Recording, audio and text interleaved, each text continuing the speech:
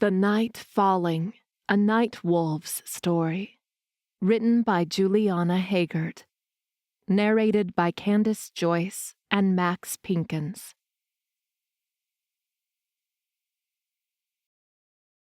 Chapter 1. Haika. Everyone in the pack had been invited for Mincy's 10th birthday. Everyone but my mother and me. As the Omegas, we weren't invited to anything, not even the pack's official events. I leaned against the corner of the infirmary building and watched as the witches put on a show in the main square, with Mincy and the other pack kids seated before them like an audience at a theater. The Night Mist Coven was a powerful coven of dark witches, but despite that denomination, they weren't evil. At least, not that I knew of. They had been allied with our pack for many decades now, but this was the first time they put on a magic show for the kids.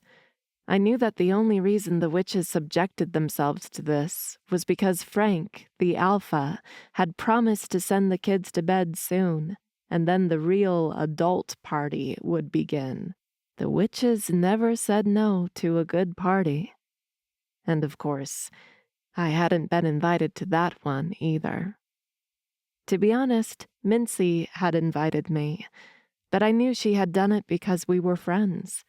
If her father found out about the invite or the friendship, he would punish her by not letting her go to the library for a week and then take it all out on me. About 5 years ago, I met Mincy at the library. I had always been a bookworm. I guess it was one of the side effects of not having friends and being openly mistreated by the rest of the pack. I looked for escapism in books, and Mincy had always been a very shy, quiet girl. Despite being the alpha's daughter, she had a hard time with other kids for being such a big introvert. Her mother, Petra, had started bringing Mincy to the kids' afternoon once a week, hoping it would be another way for her to play with other kids and make friends. I was at the library during one of those afternoons, and Mincy sneaked away from the group and found me way in the back of the library, a stack of fantasy books by my side. She promptly picked up a stack for herself of more age-appropriate books and sat down beside me. At first, all we did was read together. After all, I was 9 years older than her. But Mincy grew on me, and I saw her as the little sister I never had. She never spoke much, but we had a bond few would ever understand. Now, Mincy sat in the front of the audience in a huge pink dress and tiara, but even from here, I could tell she wasn't having fun. Her shoulders were sagged, and she wanted to shrink into herself. The other kids were all around her, but they weren't a comfort for her. They weren't her friends. They didn't know her. I wished I could go in there and rescue her. Take her to the library. We could sit down on the large rug and pillows in the center of the library, eat cake, and read all night long. It would have been perfect. But I couldn't do that, so I stayed back and watched. The coven's leader, Princess Fabula, and her right hand, Cyrene, hadn't come to the party. Maybe because they had more respect for themselves, and the princess didn't want to humiliate herself in front of the children. Regardless, it seemed the other witches were having fun.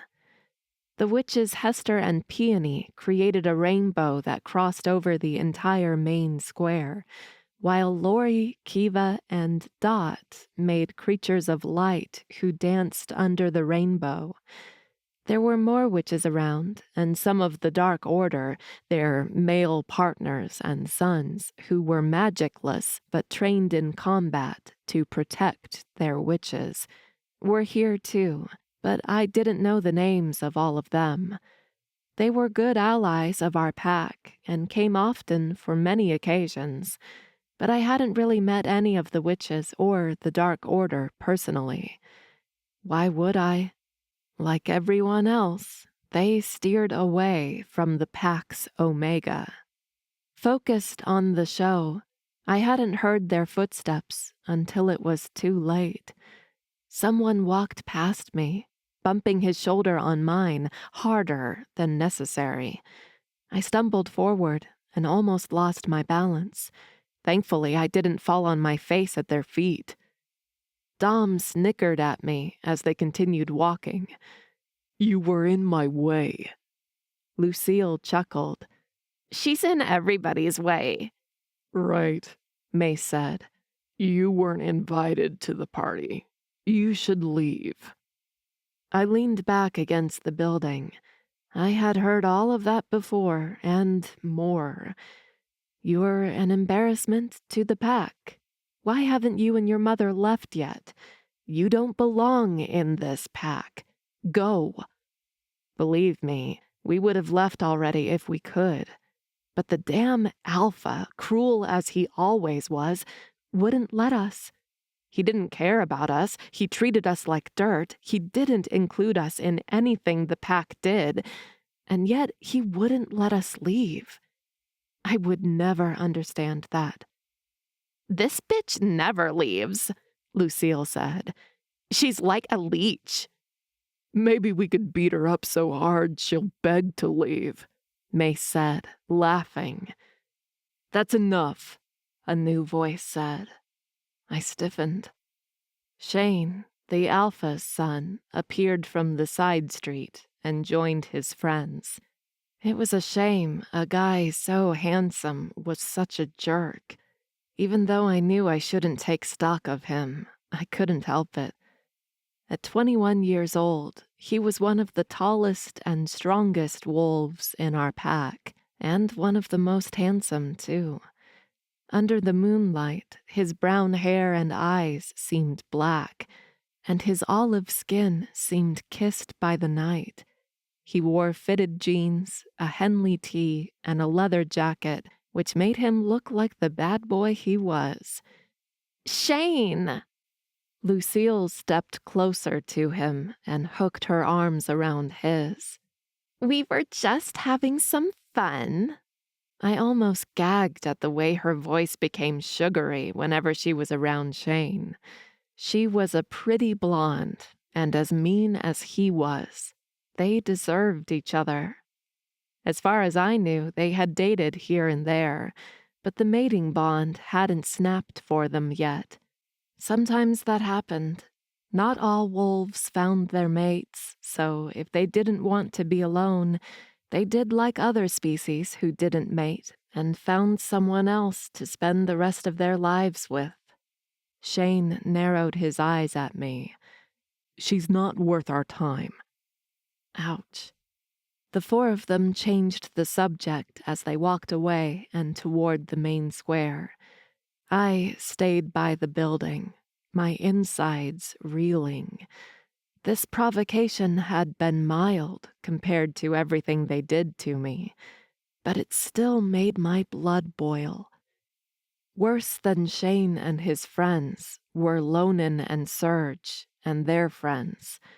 The old men were seated at one of the stone benches in the square's corner, watching the witches' show. If they glanced back and saw me here, they would harass me. From what my mother told me, Lonan was rich and had status with the Alpha and his family, and had been raised to think the others were less than him. And we, as the Omegas, were the lowest of the low. We didn't deserve to be in the same town as he was. The only ones in this town who were mildly nice to my mother and me were Mincy, Petra, my former English teacher Rue, and Roman, a low-ranked wolf who seemed to not care I was the Omega and sometimes flirted with me. He was cute, all right, but I felt like he was settling when he came on to me because he couldn't find anyone better. My phone vibrated, and I glanced at it. Mom. "Dinner is ready." Me. "On my way." I sighed as I lowered my phone and looked at the square one more time. My mother's family had been demoted to Omega when she was a teenager. She had been living this nightmare for far longer than me. I had no idea how she had endured it. I also had no idea why they had been demoted. I looked at the Alpha and his family seated in special chairs that had been brought over to the left of the stage. Frank held Petra's hand across the seats, and Tyron, their middle son, was to their side, looking bored with the show. Shane and his friends halted behind them. The Alpha glanced back at his son and gave him a curt nod. Jerk father, jerk son. They were worse than jerks. They were cruel. They were vicious. I turned and walked down Main Street, going toward my house at the back end of town. Despite everything, I loved how the town looked, with its quaint buildings, stone streets, flower beds, and the eternal warm weather. We were deep into Canada's frozen north, but a magical barrier protected the Packlands, creating a paradise on the inside, a large forest with plenty of small game surrounding our town. I pocketed my phone and hurried my steps, realizing I was hungry. But I stopped when someone came running in my direction. Quint, a middle-aged wolf, blew past me and headed to the main square. Curiosity made me turn and follow him. He continued until he ran right into the middle of the witches' show, and I stayed back, hidden in the shadows of the infirmary building. What was going on? The witches stopped their show. Hester pointed at Quint. "What is the meaning of this? Why are you disrupting our show?" Quint looked around, his eyes wide. He brought his hands up and everyone gasped. There was blood on his fingers. The kids ran to their parents, and Petra reached for Mincy. "She has gone crazy," Quint muttered, clearly out of it. Frank stood from his chair and approached him. "Quint, look at me. Who has gone crazy?" "Angie," Quint said. "She killed her. She killed the witch." "What?" Peony asked. Several of the witches and Dark Order came closer. "What did you say?" "Angie killed Sonia," he muttered. "That's not possible," Dot said. "Sonia is right here." She glanced around. "Sonia?" All the witches started looking for their sister, but no one seemed to locate her. A wolf pointed to his right. "I saw her walking that way." "When?" Hester asked. The wolf shrugged. "I can't be sure. 20 minutes ago, maybe 30? Lori glared at Frank. "I want Sonia found now, and she better be alive, or so help me." She clenched her hand. A howl filled the air, and a brown wolf surged from the left. The wolf snarled at the witches and advanced on them with a rabid mien. Kiva raised her hand and enveloped the wolf in magic. The wolf froze in place and shifted back into its human form. It was Angie, and she was covered in blood. "I'll kill you," she snapped, trying to break free from the magic holding her in place. "I'll kill you all, you bitches!" Frank turned to Angie. "What happened?" "That witch lured my mate to the forest," Angie said, her voice frantic. "She used her magic on him, and when he came on to her, she killed him. So I killed her, and now I'll kill all of her bitch sisters." Frank's lips pressed into a thin line, and the witches looked at each other. Some understanding passed between them, something dark and dangerous. Dot snarled. "Our alliance is over. You'll pay for this." A black dart appeared in her open hand. She threw it at Angie. The dart pierced Angie's chest, and her head lolled forward. The magic around her faded, and her limp body fell to the ground. Screams filled the night air. Lori and Kiva sent a big wave of dark magic out, pushing the wolves back. All of them but Minzy. They grabbed Minzy by the arms and pulled her to them. "No," I whispered, taking several steps toward the main square. "Let her go," Shane shouted, pushing back against the magic. Peony laughed. "You're cute, but not strong enough to stop us." She threw black bolts at the ground. They exploded like bombs, forcing everyone back. Smoke filled the square, and the wolves coughed. After 15 precious seconds, it began to clear. But the witches and their warriors were gone, and they had taken Minzy. Chapter 2. Shane. This couldn't be happening. The witches had taken Minzy and disappeared with her into the forest. My muscles were tight as I helped my father control the situation. My father was known for his temper, but he was holding it in as he ordered my brother, Tyron, and one of the betas, Cortan, to take the females and children to our house, which was in the opposite direction the witches had run. My mother wailed, refusing to go anywhere until Minzy was returned. "I'll get her back, my love," my father told her. "I promise." I stared at my parents. My father, the brutal giant with no heart, and my mother, the gentle wolf with the biggest heart in the world. Opposites really attracted, though I had to admit he was always kind and caring to her. Not so much with me. As the heir to his reign, my father expected me to be as strong as he was, and that meant being cruel most of the time. I pushed those thoughts aside as I remembered my poor sister. Minzy hadn't wanted this party, but my parents insisted. My father wanted to show off how far his power reached by having powerful witches perform a magic show for kids, and my mother had hoped Minzy would make more friends by having such a great party. But Minzy had only one friend, and if my father found out about that... I shook my head. Lucille ran toward me and grabbed my arm.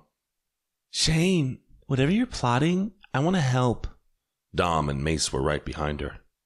"Count us in," Dom said. He had a sister the same age as Minzy, so he understood my feelings.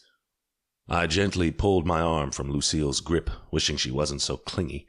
If she didn't seem so interested in me, if she hadn't been pursuing me since we were little kids, then maybe I would be a little interested in her, too. But we had tried. During our teenage years, Lucille and I dated on and off, but the bond didn't snap, and I couldn't force myself to like her that way anymore. To me, Lucille was just another friend. "You have to go to my house," I told her. "Alpha's orders." She pouted, but stomped to where Cortan and Tyron gathered the women and children and escorted them away. My father said he would send a few more wolves to the house to keep them safe while we went out to search for Minzy. "Let's go," my father shouted. I took my clothes off, threw them aside, and shifted into my black wolf. Dom, Mace, and the other males around us did the same. "Spread out," my father said into our heads through the pack's mental connection. We could only do that when we shifted. "If you find the witches, don't attack. Call for help first." We ran past the trees and fanned out around the north side of the forest, where the witches had gone. As I weaved through the trees, I thought, if I were the witches, where would I go? They couldn't leave because of the barrier, and they couldn't run forever. The forest wasn't big enough for that. No, they had to hide. I veered to the right, going east, and then turning south. There was a rock formation on the southeast of the Packlands, half a mile behind my house.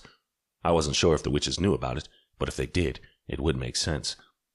All wolves had stayed on the north side because they had gone that way, and the rocks had small caves and fissures were a safe place for them to hide, or at least to defend themselves. I dug my paws deeper into the uneven forest floor, going faster. I slowed down when I saw the rock formation. Movement near the rocks caught my attention. A woman with long black hair and... My paws froze and I stared. She wasn't wearing a gown like the other witches.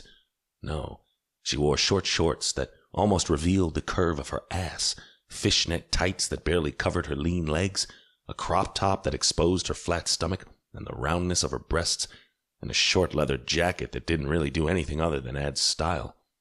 High-heeled boots came up to her knees, as if those were the most practical shoes for a stroll in the forest. Haika, the omega of the pack and Minzy's best friend. Many times I had watched her from afar, always amazed at how beautiful and hot she was, at how kind she was to my shy sister, and how she endured everything the pack threw at her, and only a handful of times in her 19 years she had retaliated. Her presence stirred something in me like nothing else. I tried so damn hard to stay away from her, to not look at her, to not engage her, to not think of her, but it wasn't possible. She was everywhere I went, everywhere I looked. But now, even here, when we were hunting the night mist witches, she should have been in town. Probably not at my house, because the others wouldn't have allowed her to, but maybe at her house, safe and sound. As quietly as I could, I approached her. Haika gasped and turned to me. She narrowed her eyes. "Shane," she said. A thrill coursed through my body. Why was having her say my name so hot? Unable to communicate with her since she wasn't shifted, I turned back into my human form. Her eyes widened and she averted her gaze.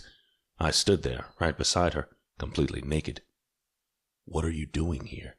I hissed, my voice low. "What do you think?" She glared at me. "Looking for Minzy." The moon helped me. I lifted my index finger. "You shouldn't be here. My father ordered the women and children to stay back." "When your father gives an order to the pack, he usually doesn't include my mother and me." True enough, and since this time he hadn't used his alpha's powers when he issued the order, Haika didn't have to obey. "True." I lifted my middle finger, gesturing to her outfit.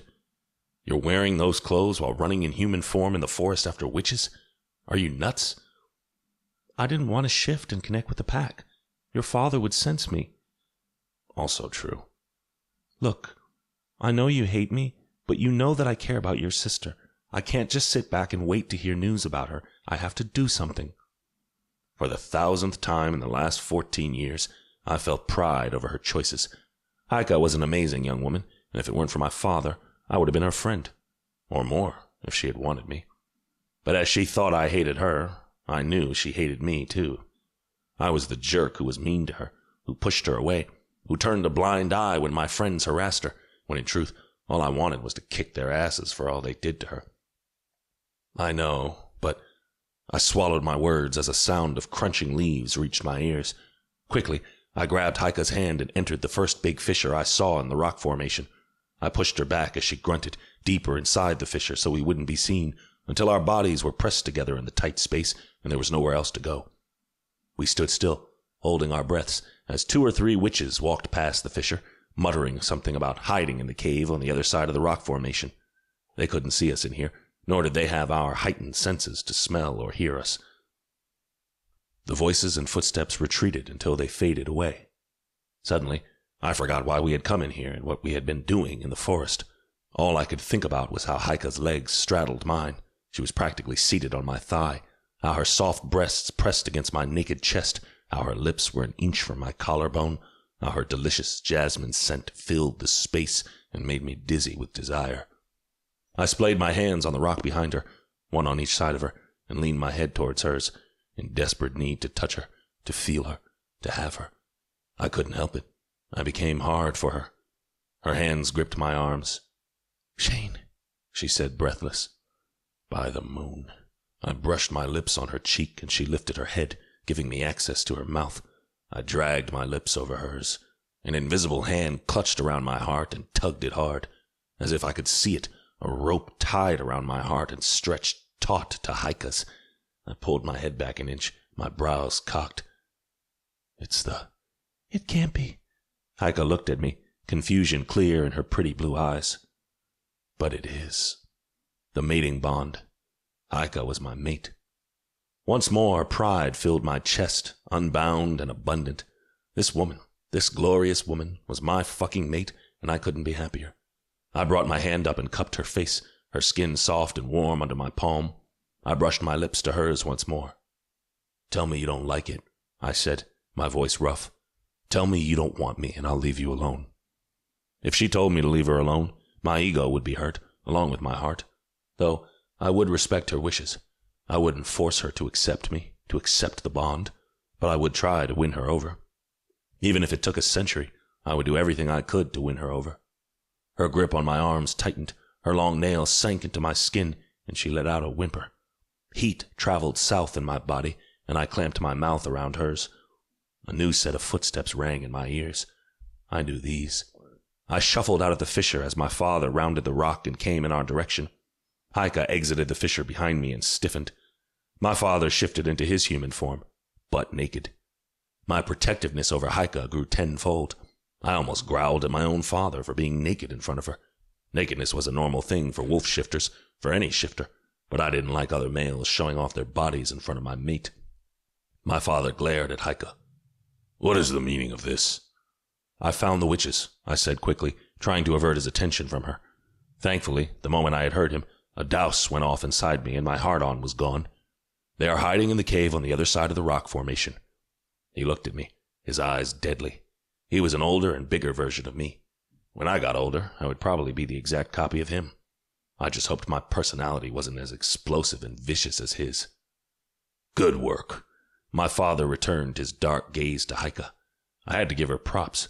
The man sent a course of fear through me each time he shouted at me, but she looked at him with her chin raised high. "Go back to your house, now." He used his alpha command on her. Haika gritted her teeth, fighting against the command, but she couldn't. Without another glance at me or my father, Haika turned and marched back toward town. My chest constricted. I opened my mouth to say something, to defend her, to side with her, to tell him she had tried to help because she loved Minzy as much as we did, but the closed look on his face made me think twice about it. If I told him she was my mate, he would kill her. I held my revolt and anger within. "Come on, I'll show you where it is." I shifted into my wolf, and my father did the same. Slowly, we walked around the rock formation, while my father shouted orders through our mental link, telling everyone to come this way. Then, we attacked the witches and saved my sister. Chapter 3. Haika. I marched back home. On the way, wolves ran past me, going toward the rock formation. The Alpha had called them to help, but I couldn't. Not because I was a female. With exception of his mate, the Alpha always treated females as if they were beneath him, but because I was the Omega. I felt powerless. More than that, though, I felt confused and alive. By the moon, Shane was my mate. That had to be a fluke. There was no way the Alpha's son was mated to me. But inside that fissure, with Shane's hot body pressed against mine, with his scent impregnating my senses, with his mouth on my skin, his lips on mine, heat shot low in my stomach again, and my cheeks flamed. I had felt it. The tug of the mating bond, and a desire so deep I would have done anything he had asked of me at that moment. I had wanted it. I had wanted him. Then his father came, and it was like a bucket of cold water to the head. I could still feel the bond inside me, but it was faint now, and it became fainter the more distance I put between us. Shane hadn't said anything to his father. When the Alpha commanded me to go back home, Shane, my mate, let him. He didn't step in. He didn't tell his father what had happened between us. Because the way he had acted inside the fissure, it had been the bond. In truth, Shane hated me. He found me disgusting, and he was ashamed of being mated to the Omega. He would never tell his father. He wouldn't tell anyone. I wouldn't either. My mother had been waiting for me. The moment I turned into our lot, she opened the front door and looked me from head to toe. "Are you okay?" she asked as I approached. "The witches didn't hurt you, did they?" I offered her a small smile. Callie, my mother, was the bravest person I knew, most of the time. But when I was in trouble or hurt myself, she became a puddle of worry. Even though she wasn't invited to join the other females at the Alpha's house, she must have heard what happened, and she knew I wouldn't put my tail between my legs and stand back. "I'm fine," I told her as I walked inside the house. She closed the door behind us. I frowned. My mother was my best friend, and I usually told her everything, or almost everything. However, this time, I didn't want to tell her about Shane. Not yet. Just worried. I know. She rested her hand on my back. "Come on, I'll reheat your dinner. I bet you'll feel better after a good meal." That was true. Nothing made me grumpier than an empty stomach. We made small talk as I ate my dinner. After, I went back to the living room and watched out the windows beside the front door. I needed news. Had Mincy been rescued? Were the witches dead? If I saw people returning home, I would know it was all okay. Hours passed, and I saw no one, heard nothing. My mother knew how much Mincy meant to me, so she waited with me. But after a while, she fell asleep on the couch. Tired of pacing in front of the window, I finally sat down beside her. A knock startled me. I had dozed off too. I jumped and raced to the door. I opened it wide, not even thinking about who it could be. Roman stood on the porch, a smile on his face. "We did it," he said, breathless. He was shirtless, his chiseled chest exposed, but he had at least put on running shorts before coming here. I couldn't deny Roman was a handsome man. He was tall and broad, like most wolves, with smooth, tanned skin, light brown hair that sometimes shone golden in the sunlight, and dark green eyes. When we were teenagers, he had asked me out a few times, and I confess I had thought of accepting it. But I stopped myself when I realized that once he started dating me, his life would be doomed. He wasn't high-ranked, but he was still invited to all the events, and they allowed him to join the hunts. If I let him in my life more than he was now, he would lose all of that. And then he would resent me. Now, as I looked at him, the logical part of my brain still registered how handsome he was. But at the same time, no interest or what-ifs came to mind.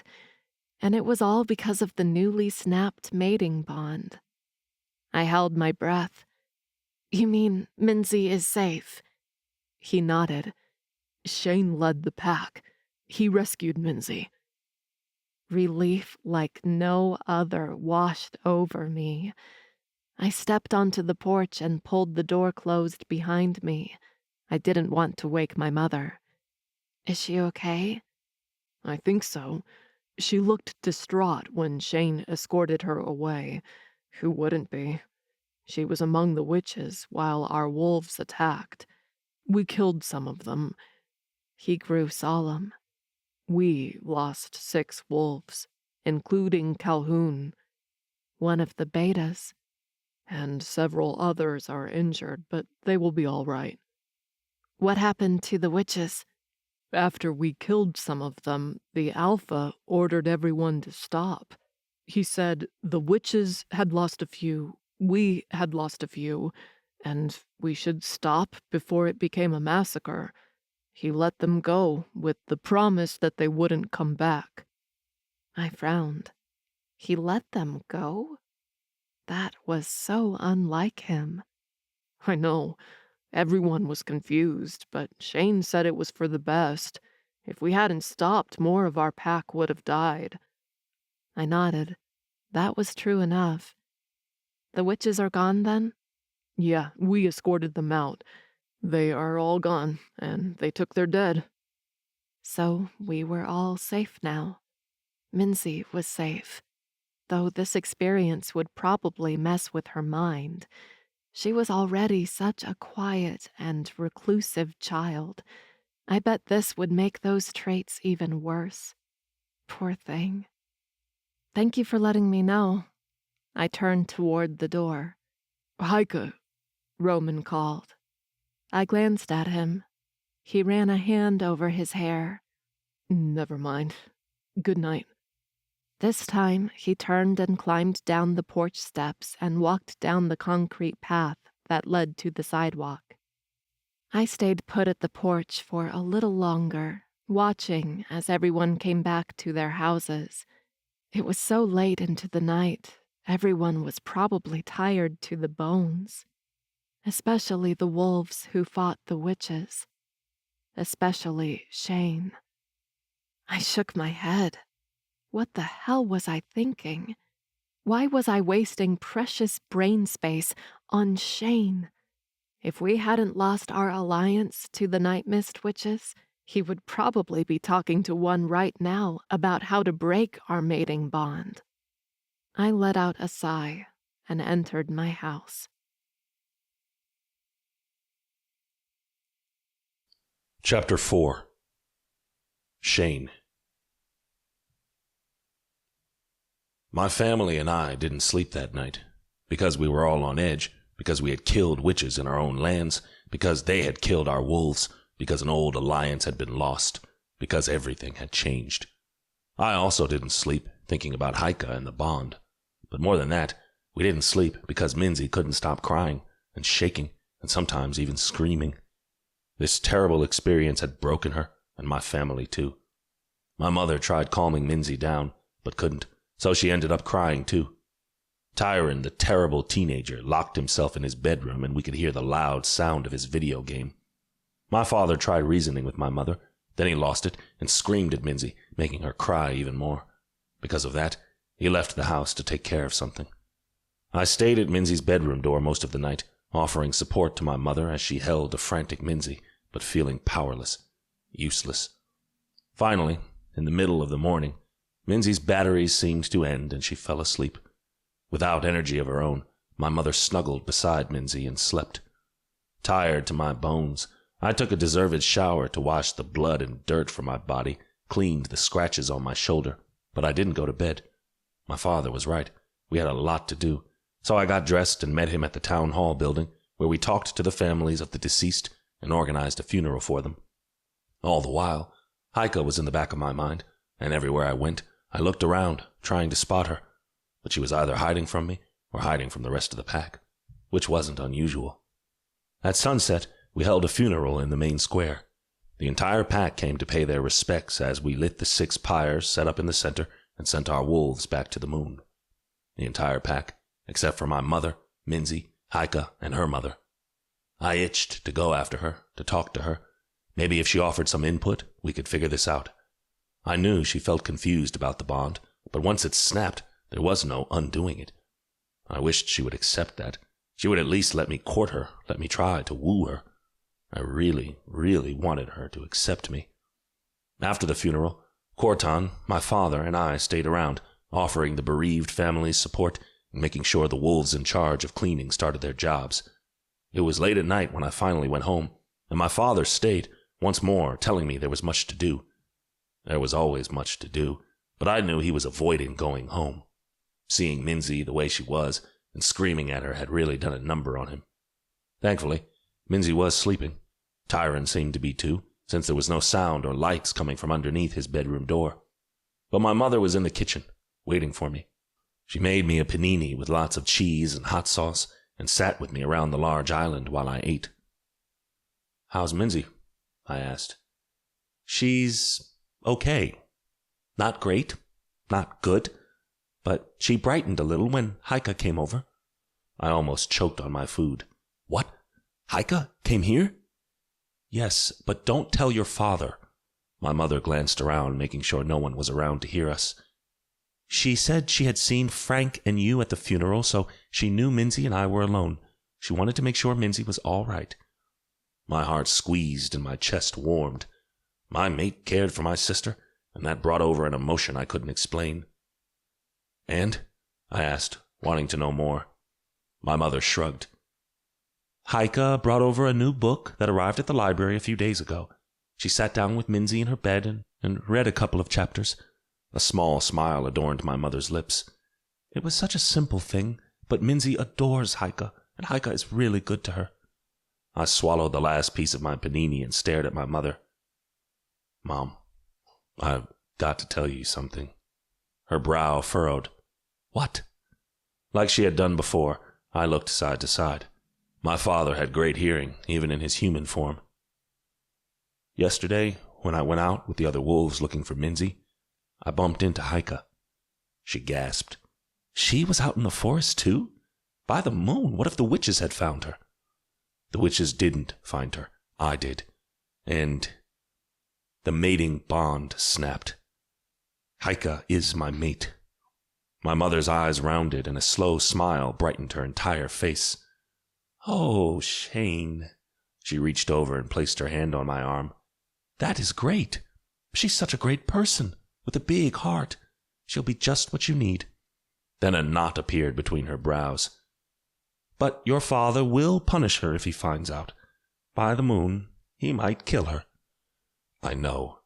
I don't plan on telling Dad, at least not for a long time." "Don't worry. We'll figure something out." I nodded. "I'll find some solution." "Solution? You mean to break the bond? The bond is unbreakable, I know. But no, I don't want to break the bond. I like Haika. I'm glad she's my mate. More than glad. But I don't know. Maybe I can find a way to raise her ranking within the pack or something, so Dad will approve of her." "Shane," my mother started, her tone sad. "Your father will never let you change her ranking, not while he's alive." "Why? Why did he demote her family to Omega? I asked before, but he never told me." "I know why." I stared at my mother. She cleared her throat and told me all about it.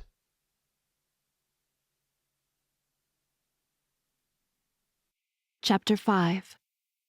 Haika.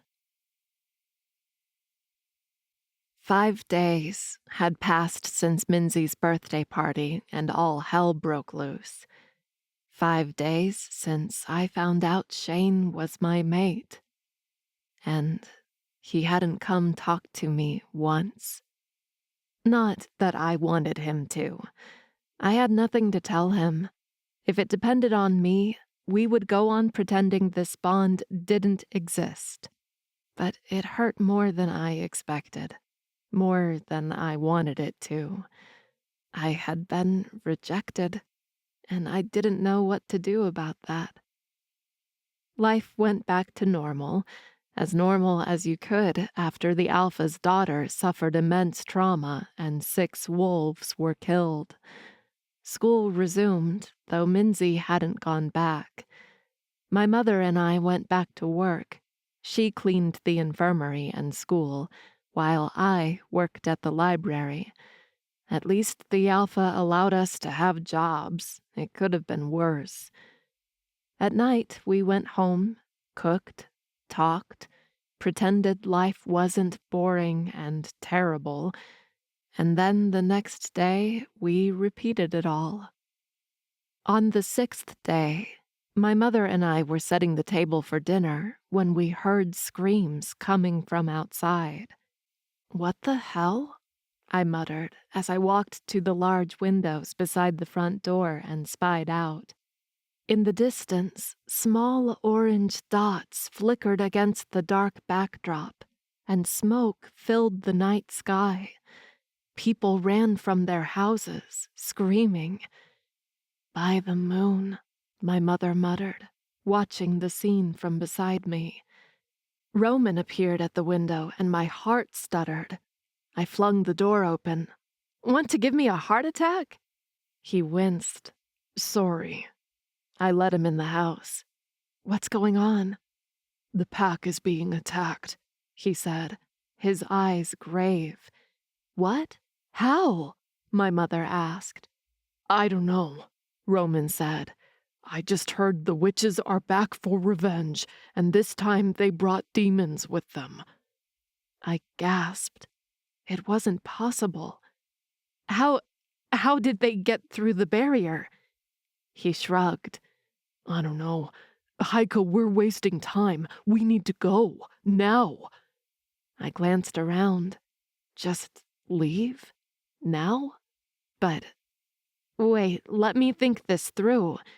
Just grab a bag and... No time for bags, Roman snapped, cutting my mother off. I'm sorry, but we need to go. He grabbed my arm and pulled me to the door, just as a man walked in. No, not a man.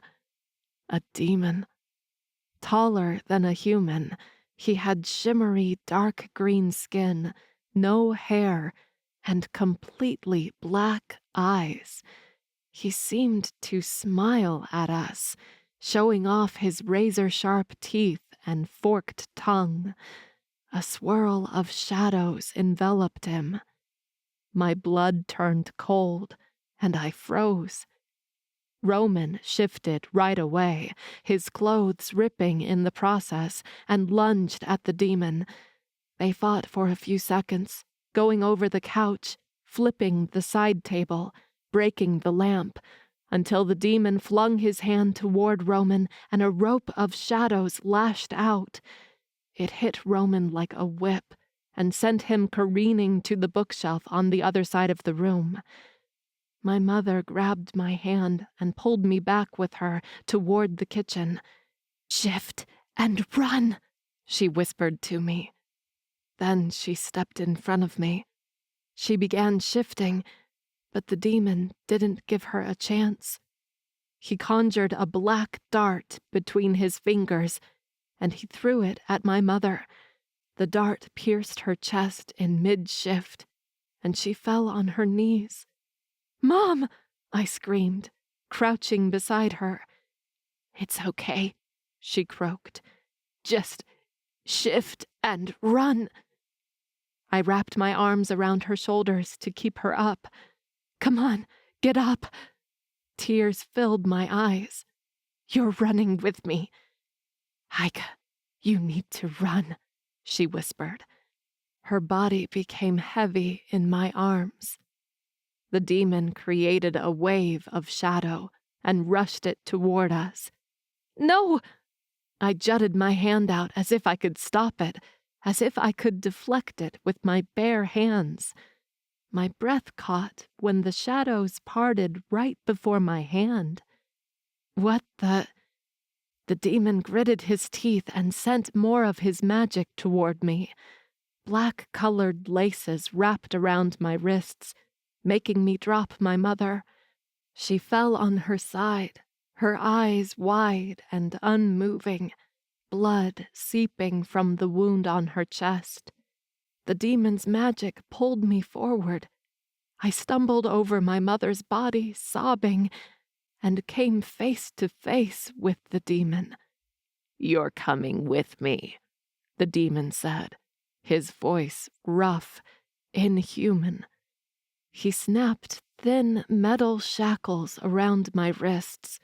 I gasped, and my knees wobbled as I felt my energy draining, the magic that made a wolf seeping through my pores. With these shackles, I wasn't much more than a human. Using the shadowy laces as a leash, the demon pulled me with him as he walked out of the house. I stumbled on my own feet again, and with a whimper looked back at Roman and my mother once more. Blood formed a pool around my mother's body. A sob lodged in my throat. No, dear moon, please, my mother couldn't be gone. Like cattle, the demon pulled me out of the house. We crossed the sidewalk and walked right down the center of Main Street while the world around us burned and people's screams echoed in the night. Everywhere I looked, witches and demons invaded houses, killed clueless wolves, burned their houses. The attack had come as fast and unexpected as an earthquake and was taking my entire pack down.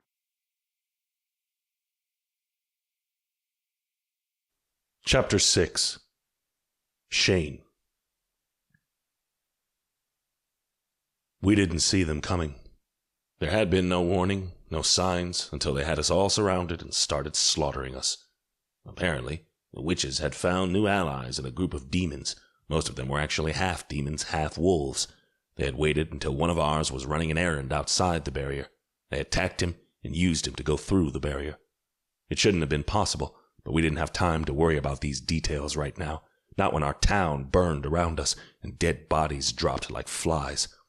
As soon as I heard the commotion, I came to the square with my father, Tyron, Corton, Dom, and Mace.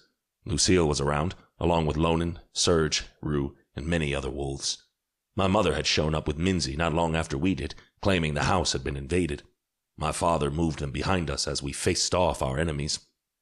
A ripple of magic coursed through the square, and we paused. Princess Fabula of the Night Mist Coven walked into the square with Cyrene on her right side and a man on her left. "Be prepared to attack," my father said into our minds before shifting back into his human form. "I thought I had made a deal with your witches," my father told Fabula.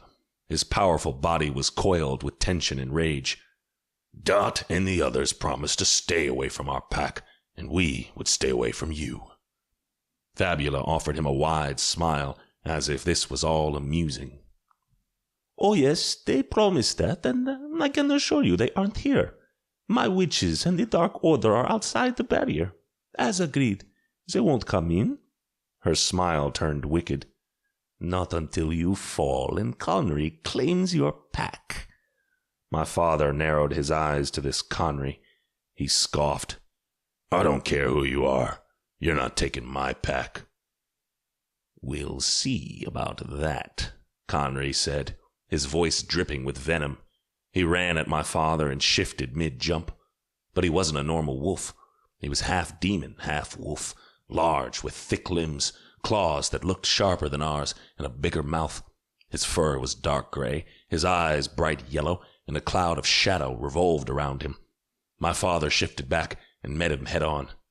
"Stay back," he told us. "This is my fight." "You don't even know how strong this demon is," I barked. "I'll figure it out. Meanwhile, kill the others," he ordered. "Kill them all." Even though he hadn't used his magical command on us, I couldn't disobey a direct order like that. Besides, I wanted to kill every last witch and demon in here. I advanced toward Fabula and Cyrene, but they lifted their hands and sent bolts of dark magic at me, at us. The others and I did our best to dodge their magic while being attacked by demons coming from the side. My heart raced as I fought. This couldn't be happening. It was a massacre. Even if somehow we won, if most of us survived, it would still be a massacre. A dark mark in the history of our pack, and I had no idea how we would recover from this. A demon charged for my mother and Minzy. I bit down on the shoulder of the demon I had been fighting with, sure I was going to get to them late, and despair made my movements clunky. I threw the demon aside when Tyron jumped in front of our mother and sister and grabbed the demon by the throat. "Go, Tyron," I thought to myself. Renewed by my brother's strength, I faced the next demon coming my way. But no demon came. Everyone was half frozen, watching as Connery closed his mouth around my father's neck. I felt the tug of his voice in my head, as if he was trying to say something through the link, but his body went limp and his eyes glassed over before he could. "No!" Full of rage, I charged Connery. Connery shifted into his human form and smiled as he said, "Stop." Surprise hit me hard when I couldn't help but stop. No, Connery had defeated my father in single combat. He was now the alpha of our pack, and he had issued his first alpha command. Terror enveloped my disobedient muscles. Connery, Fabula, and Cyrene laughed. In the distance, movement caught my eye. The demons weren't affected by the Alpha's command, and an ugly one walked toward the square with Haika in tow. She had her hands bound and her knees were stained with blood. A wave of terror took my breath away. By the moon. The demon walked up to Connery. "I'm back, sir." "Good job, Fell." Connery didn't even look to the demon or to Haika. "We're almost done here." He turned his vicious eyes at me. "Now, watch as I kill the rest of your family." "No!" Connery walked toward where my mother cowered with Minzy, Tyron right in front of them, and the three of them immobile because of the command.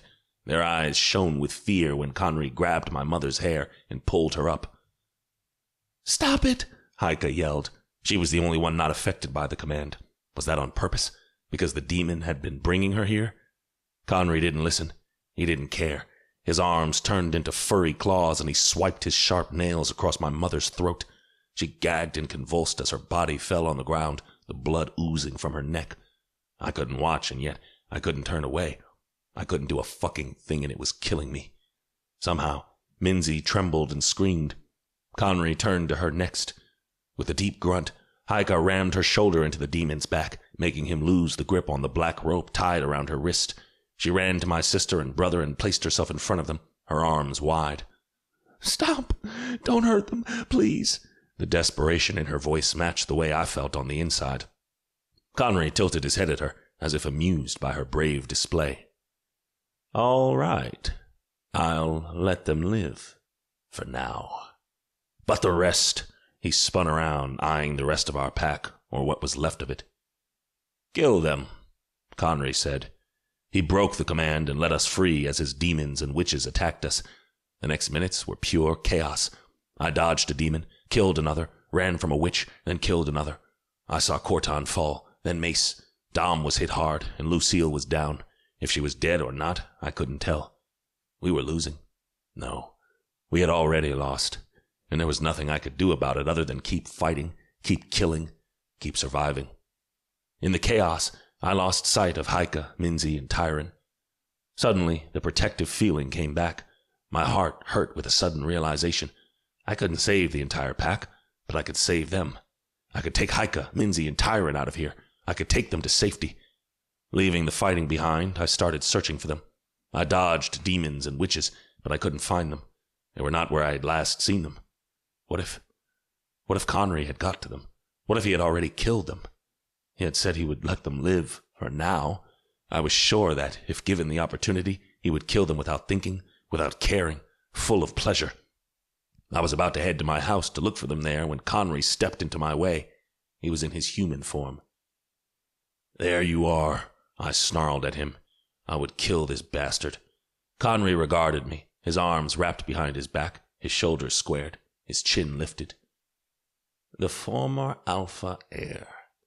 How does it feel to be just one more wolf in my pack?" I pushed on my hind legs and opened my mouth, ready to jump at him and take a huge bite. "Stay," he said. My legs froze, my mouth fell closed, and there I stood, just as he had commanded. He approached me, appraising me as if I was cattle. Around us the fighting was dying out, my pack clearly losing. "Are you playing with him?" Princess Fabula asked from somewhere behind me. Connery shrugged. "Just a little." Princess Fabula walked around me until I could see her. As usual, Cyrene was right beside her, and this time Lori, Kiva, Dot, Hester, Peony, the Dark Order warriors, and the others who had been banished before were back. Connery had let them in. They surrounded me. "But we agreed." "I know," Connery interrupted the princess. "I was having one last fun before you took him." Wait, what? Terror made its way through my body. Princess Fabula smiled at me. "Did you hear that, pretty wolf? You're ours." The witches laughed. Cyrene came forward and snapped 2 metal cuffs around my ankles. Instantly, I felt the magic leaving me. My body turned human even though I shouted at it not to. Curled on the rough, cold ground, I stared at the cuffs around my wrists. "What is this?" "It drains your magic and your powers," Cyrene said. She toed my shoulder. That way, you can't fight us. Now, get up and come with us. I pushed on my knees and glared at the witches. Never. Princess Fabula laughed again. He thinks he has a choice. Invisible magic wrapped around my arms and my legs and pushed me up, made me walk forward, toward them. The princess leaned closer to me. Don't worry, pretty wolf. We'll have fun. After you're done with him, Connery started. We'll kill him. Yes, like I promised, Fabula said, her eyes still on me. She patted my naked back, and I winced at her touch. She laughed, then turned to her sisters. Our revenge is done. This pack is no more. Let's go back home and celebrate. A cheer went through the witches, and they started moving. With magic controlling my movements, I moved with them. No, I muttered, trying to break free of their spell. Cyrene walked by my side, closely watching me. I jerked my arms and grabbed at the cuffs to break them. She snorted. You can't break them. You can't take them off. If I were you, I would accept your fate. It'll be easier that way. I glared at the witch. And what fate is that? Your legacy is done. Your pack is no more. Everyone you love is dead, and you're now a witch's toy. She paused, the corners of her lips tugging up. And when the toy breaks, it'll be immediately disposed of. She marched ahead, and I glared at the back of her head. She was gone, but I was surrounded by witches as we took the main road, walked to the edge of town, and cut through the forest, until we saw the shimmery glow of the barrier around the packlands, until we crossed it. I tried halting before we did, but their magic was strong, and with these cuffs, there wasn't much I could do. I glanced back, though, and my heart sank. Behind me, the forest extended for miles, but in the distance, I saw the smoke rising in the air, the glow of fire as it extended through the town, and I still heard screams, as if the demons weren't done with my people. Cyrene's words came back to haunt me. Your legacy is done. Your pack is no more. Everyone you love is dead. An urge to fight, to shout, to rage whipped through me. I jerked against the magic holding me, against the cuffs blocking my powers, but it was useless. I was trapped, and I was alone, the last of my pack. I had lost them all. I had lost my family. I had lost my mate. There was no reason for me to fight, to survive.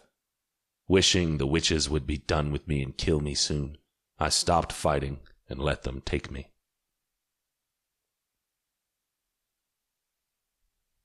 This has been The Night Falling, a Night Wolves story. Written by Juliana Haygert. Narrated by Candace, Joice, and Maxx Pinkins. Copyright and production copyright 2022 by Juliana Haygert.